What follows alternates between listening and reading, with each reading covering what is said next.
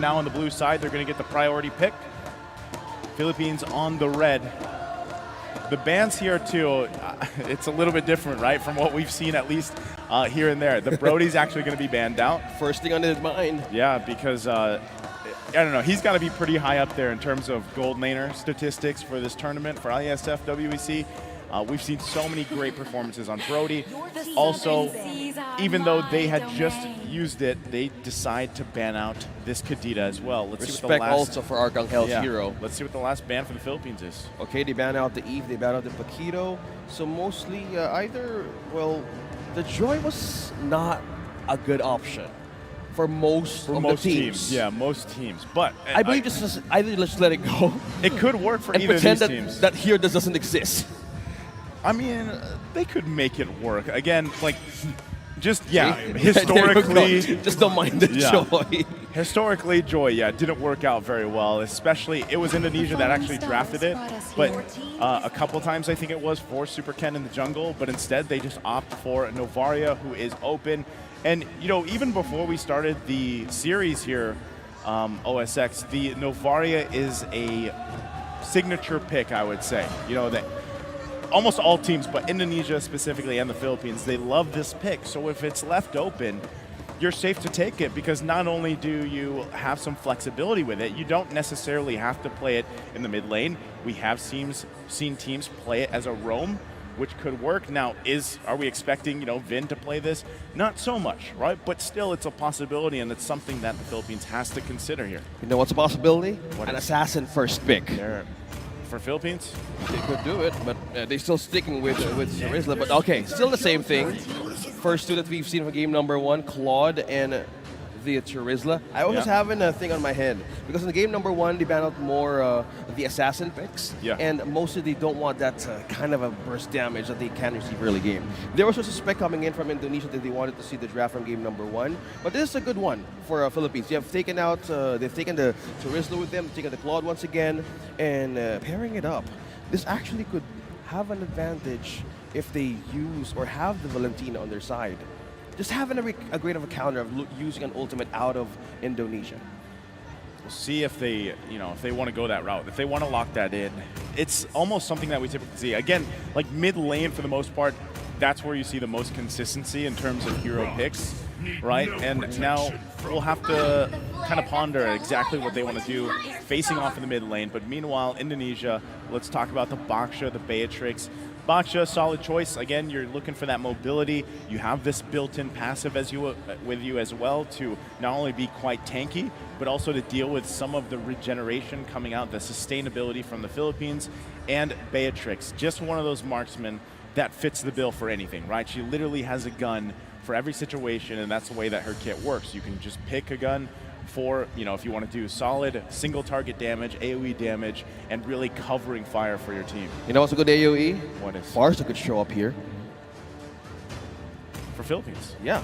If you're up against a Beatrix, that's a good counter on how to just reach the back line and force something out of Indonesia. Will they consider the Valentina or even the Farsa, though? Because they have the XP, they have the marksman. There you go! You're doing great. Yeah, man. So that's a great counter there, as we see. So that's a good. You have the AoE. Isn't it only the Philippines that has picked up the Farsa? I think so, only like for Arcangel, playoffs, right? Yeah. So good choice, good call, and the fact that they let this Valentina through. What I'm wondering too is what if, right? What if Indonesia, depending on how these last couple bans come out, what if they're like, all right, well they got the Farsa, now we want actually the Valentina. Let's go ahead and park Novaria in Vin's hands, take up the Valentina. So we also have a feathered airstrike. Now it's even worse, right? Because you're dealing with artillery, you're dealing with poke. That could happen here. So let's see exactly how these last couple bans come through. That was the Lancelot taken out from Indonesia. Great choice because the jungle for Philippines is not up yet. And if you remember, back on day 2, I think it was, Philippines played this Lancelot with the Impure Rage emblem, and that was it was a great way to play it, right? It's a different factor than the killing spree which we usually see. So solid choice there. Last ban from the Philippines is going to be that X-Borg. They're tired of dealing with what they had to the previous game, right? Just need to respect it. They have to respect it. They take it out. Okay, we have EXP lane ban, also the Angela. They were kind of sensing it. Indonesia sensing it, like they ban out the Angela. They might go for a sustain. But one thing that we actually see, the assassin. I was kind of feeling it. I was kind of feeling that either Philippines would prioritize on that, but it was mostly onto the EXP, as you've mentioned early on. So no assassins. What's good here for Philippines as well, they can actually take the Fredrin again. Good pair with the Charisma, good pair, and also a counter for the Beatrix. I say it's still a good pick. Fredrin for Philippines. You have the taunt, you have the tankiness. It's kind of like it's usually what teams just go when they're against Baksha, you know? Yeah, but not regularly on the second phase. Yeah. On the picking. Well, like, we've seen it maybe a couple times, but if you want to be a little risky, again, you're down just 1-0 in the series, you still have plenty of time. Do you want to go with that risk reward? You know, you could pick up a assassin in the jungle if you really want to, if you really want to compete that way, but they don't do it. They pick up the Fredrin, they opt for that utility, that safety. Again, you're up against a Baksha. The downside of assassins into a Baksha especially is obviously it's going to be really difficult for you to have some of those prolonged Lord fights or even turtle fights early on, right? Because you'll easily get whittled down. So a solid choice here. Let's see what the answer is from Indonesia. Like we said, we still have to see exactly where this Novaria is fitting in. We already have the jungle, we already have the gold lane. We need the XP and the roam or mid option for Indonesia.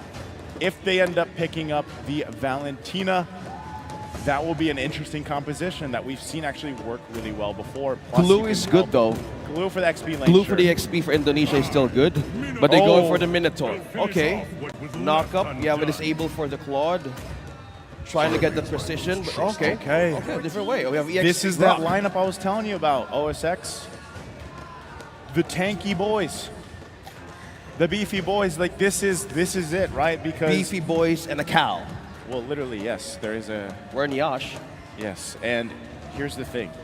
We only saw Minotaur once, I think it was, which was yesterday in the hands of Maro, right? And we did not get to see how useful a Minotaur could be because, yeah, he had some great, setups, flicker-ins with the Minoan Fury, but at that point when they were utilizing it, there was no follow-up, right? But this time, it's in the hands here of, once again, some of the best players in the world, if not the best. So now, how does this get rounded out from the Philippines? Atlas. Yeah, they might want to go with something also tankier here to help them round this out. Wow, not what I was expecting. They go with a roam Valier. There's two mages. Interesting. Okay, yeah, disable. You have a complete debuff. You have a complete pushback on this cow, on this Minotaur, and also for the Grok. Even for the boxers, there's a lot of ways to secure the board because that was the problem in game number one. Yeah. How do you protect that? How do you have the border control if you're up against a lineup that's so strong on damage that is building up on the late game? I think it's a good path for Philippines. Yeah. And it's having a good jump start for the early game. Paired with Farsa, paired with Valier, I think that's good.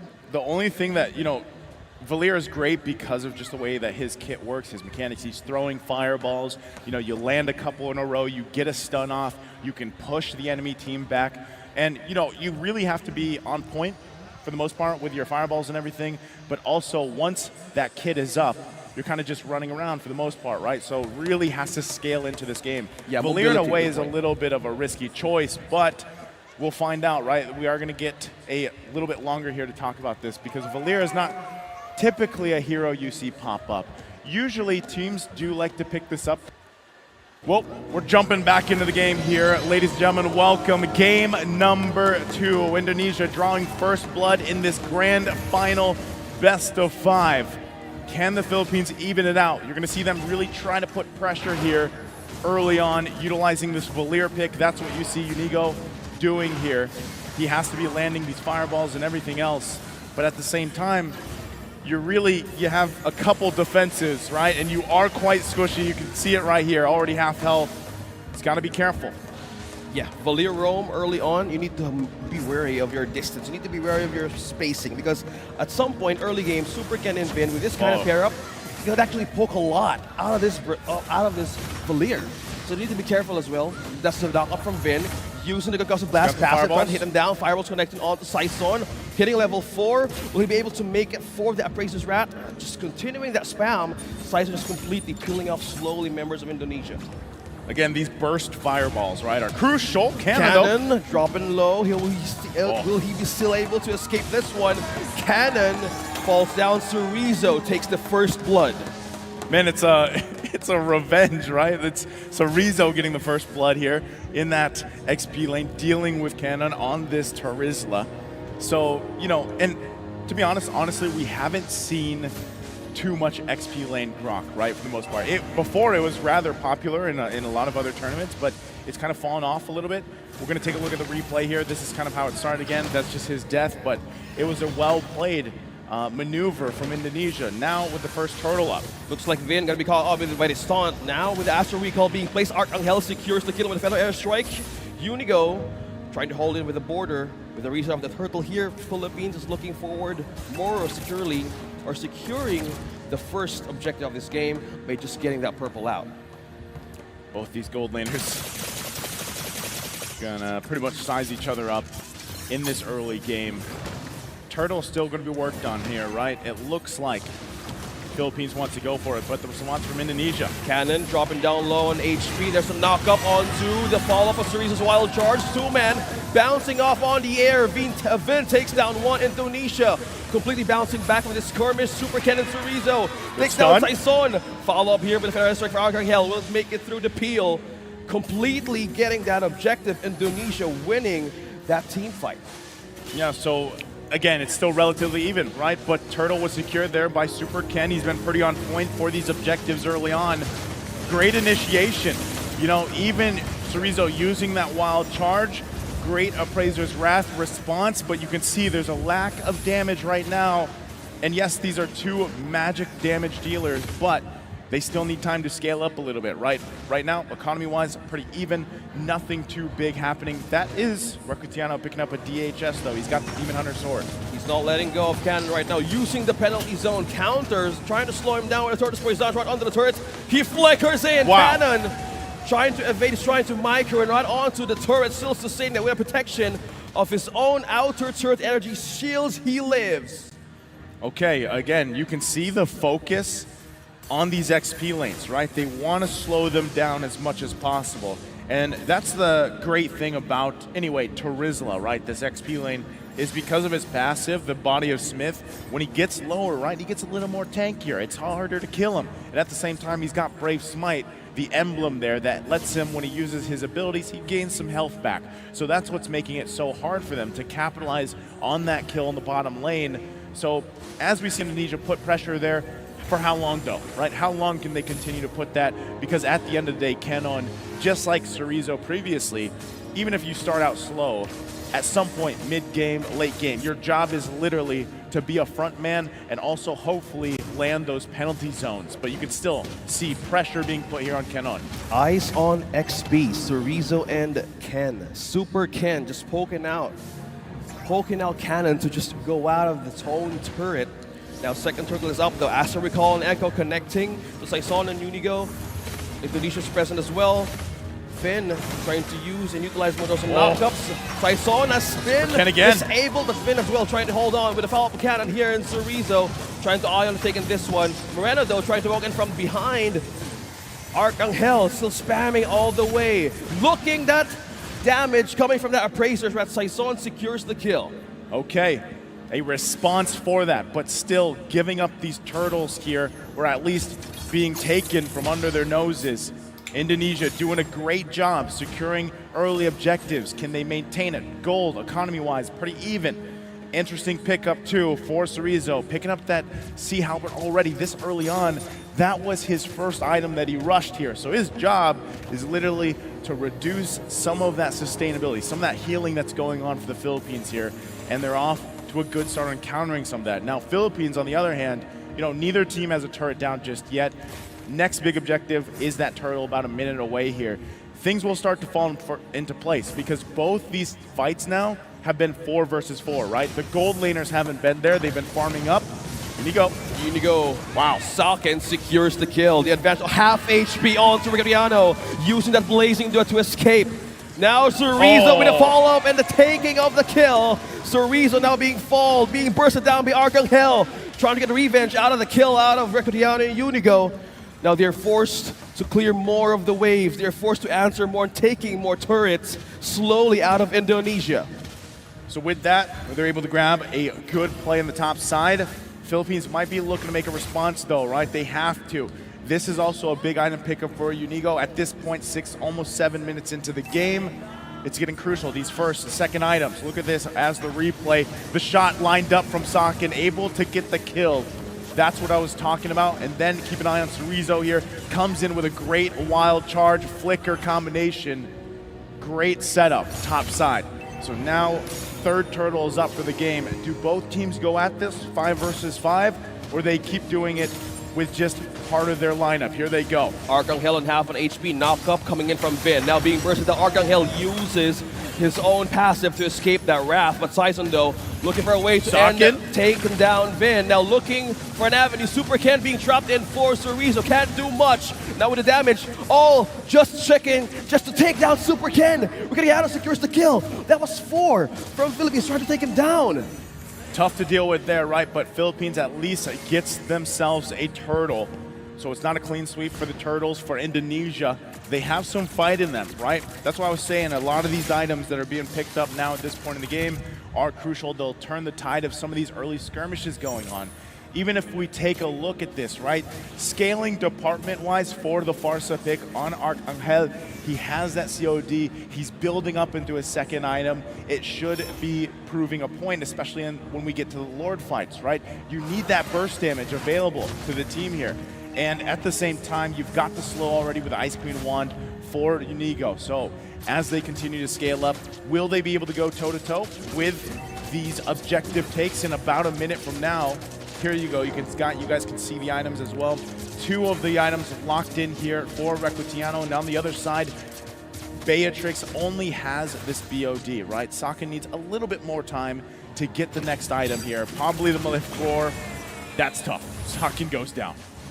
Cannon securing a kill. Socken gets his own first death. Unigo though, damage now slowly scorching it through the damage. Cerezo as well. This is the top lane contention. Yeah. They're not letting go of this top lane just yet. It's 9 minutes into the game, and they don't want to let go of the control of their own defenses. We have the first Lord to show up, and just by looking at how they want to answer this, you want to hold and just be cautious of their next steps. Cannon using the penalty zone onto 2 will be able to secure a kill here. Fellow airstrike connected onto 2 as well. Burst down, will this be the answer? Canon falling down the hands of Moreno, securing another point for Indonesia. Unigo here trying to hold off and clear something out. Philippines taking another death, and that's for a cannon. Yeah, then, okay, I was going to say he's going to land that fireball. He doesn't. So, unfortunate, but there is the Malefic Roar being picked up now by Socken, even though he went down just a little bit ago. That'll help them shred through some of these defenses from the Philippines. Now that they secure their buffs here, they're going to have to go ahead and fight for this. Less than half health. Saison trying to taunt in Cerezo with a follow-up from Arcangel, being trying to burst Ken and Cerezo. Now they disengage. They just want the objective. They just want the poke. Socken taking down Unigo once again. And they just want to hold off. It's just the objective. It's just the items. And Philippines trying to get a trade. Taking down the first turret now with a follow-up. Vin falling down the hands of Cannon. Saison looking for a way to take this purple for himself.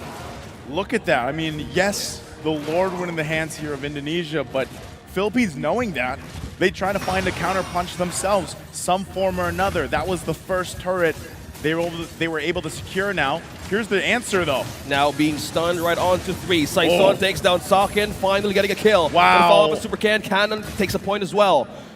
Cannon looking for a way to chase off or push Cerezo out of the equation. But Riano with the follow-up and the trade. They take down slowly their objectives to their own hands. A push down bottom.